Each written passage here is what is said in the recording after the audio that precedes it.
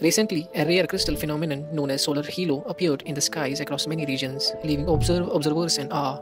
A solar halo is a rare atmospheric phenomenon that occurs when the light from the sun interacts with the ice crystals suspended in the upper atmosphere, typically within thin cirrus or stratus clouds. As light passes through these crystals, it is refracted at a specific angle, creating a luminous ring around the sun, often displaying colors similar to the rainbow. The most common type is the 22-degree halo, formed when light is refracted at a 22-degree angle.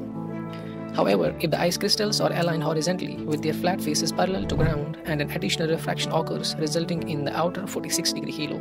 Interestingly, solar halos can appear year-round but are more common in colder regions with abundant ice crystals and are often visible during sunrise and sunset when the sun is low in the sky.